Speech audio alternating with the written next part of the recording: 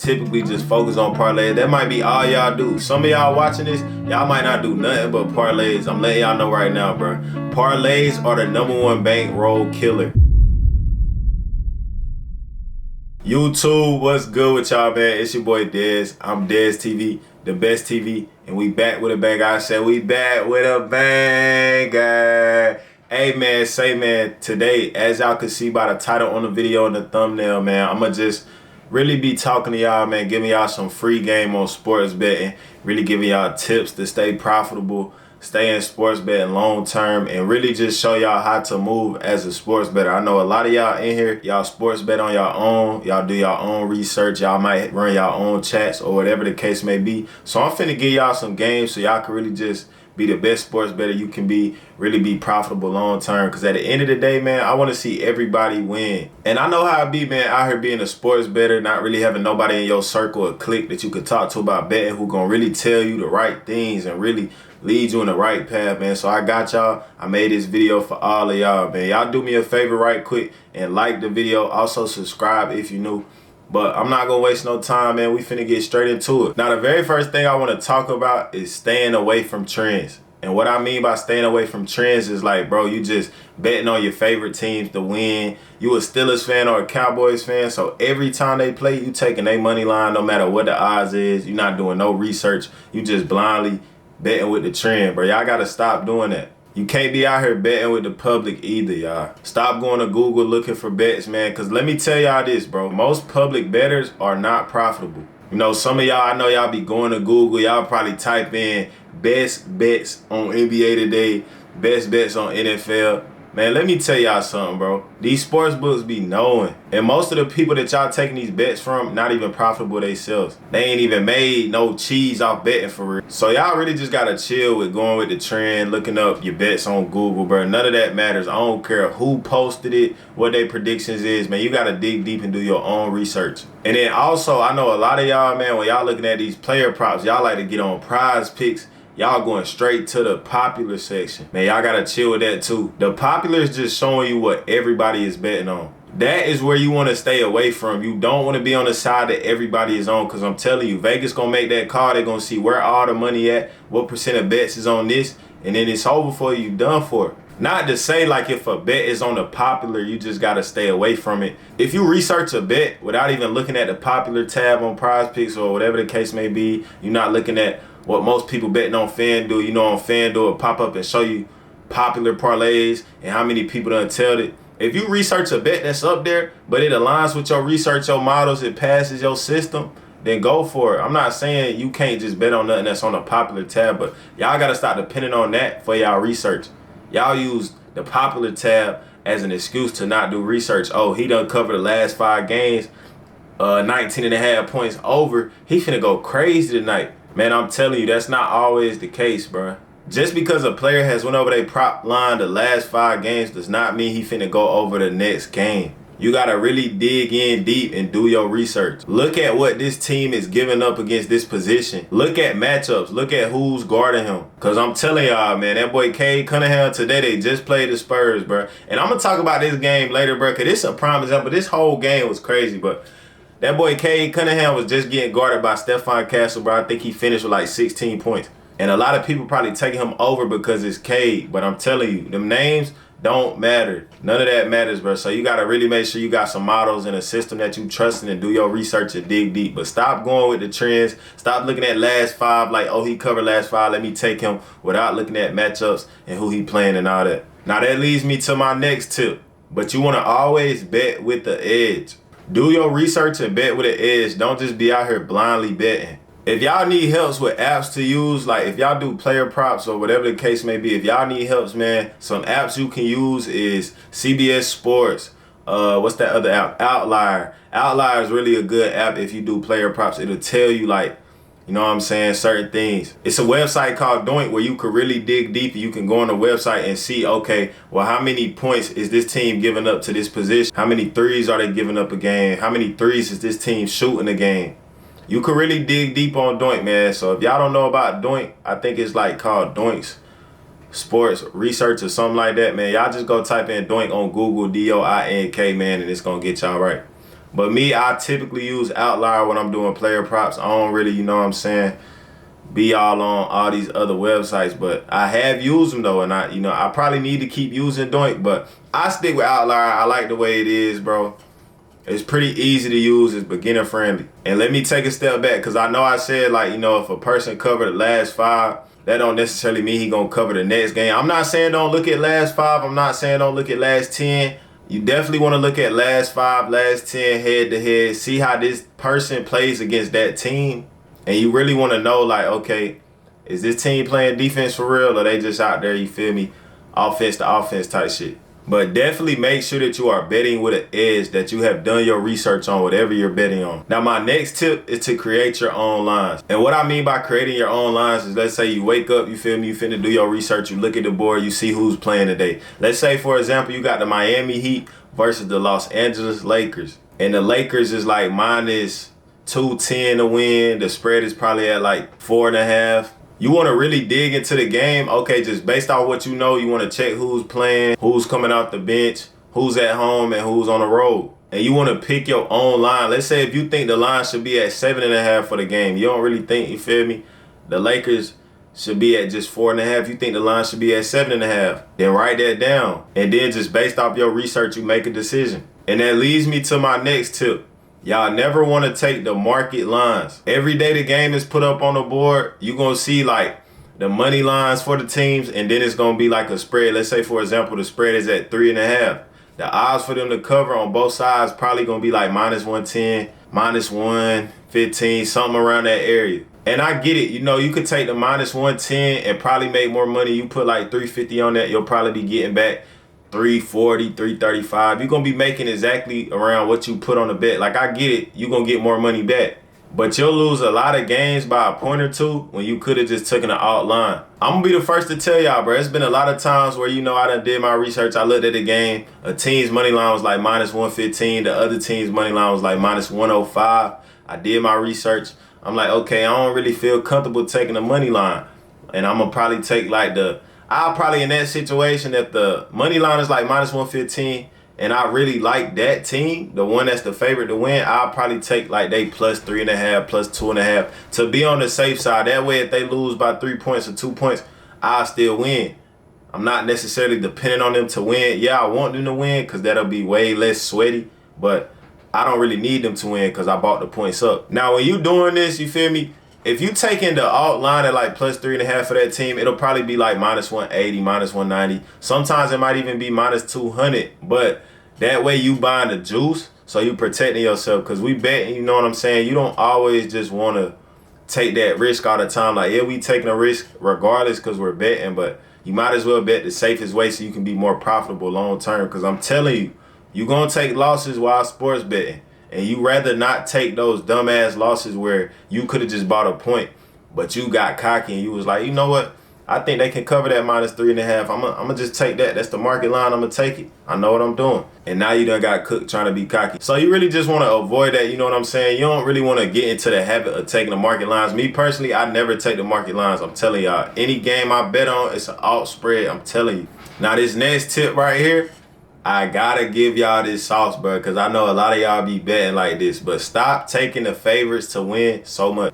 A lot of y'all, bro, y'all probably wake up, look at the board, and y'all probably see who's predicted to win, and y'all just automatically take them to win. No research put into the bet at all. Y'all gotta stop doing that. That leads me to this Spurs-Pistons game that I was talking about earlier, bro. So mind y'all, the game came out. Matter of fact, let me go look and tell y'all real quick the exact lines for this game, bro, because this game was really crazy. I was watching it live.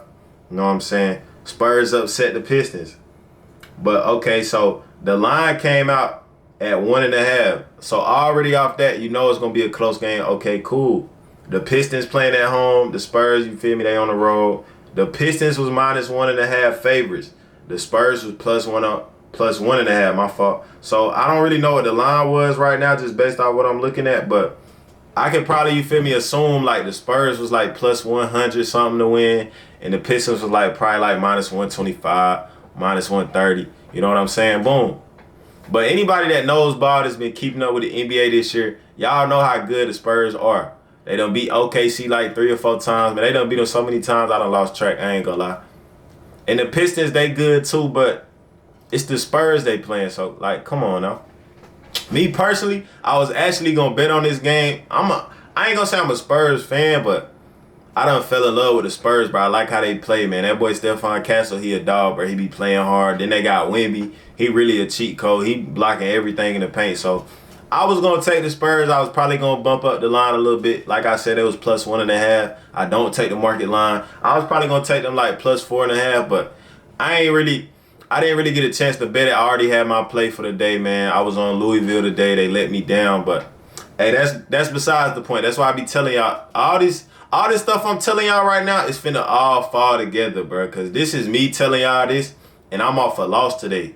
So this is why you got to use bankroll management too. But we going to talk about that soon. But this is why I said stop taking the favorites so much. The Pistons was favorites today. So if you would have just got on the app, you'd have been like, oh, these niggas predicted to win. They should win. And they at home. Okay, let me take the Pistons. You would have got cooked. Versus if you did your research, you probably would have, you feel me, been on the Spurs side just because it was the right play. And I'm letting y'all know right now, too, this goes back to betting with the public. You don't want to bet with the public. The public was probably on the Pistons today. Now, I'm not saying just wake up and fade the public every day, but if you fade the public more than you don't, I'm telling you, bro, you'll be profitable. Hey, that's free game, though. We ain't going to go into too much detail with that. Now, my next tip is to stop focusing on parlays. Now, I know a lot of y'all watching this, man.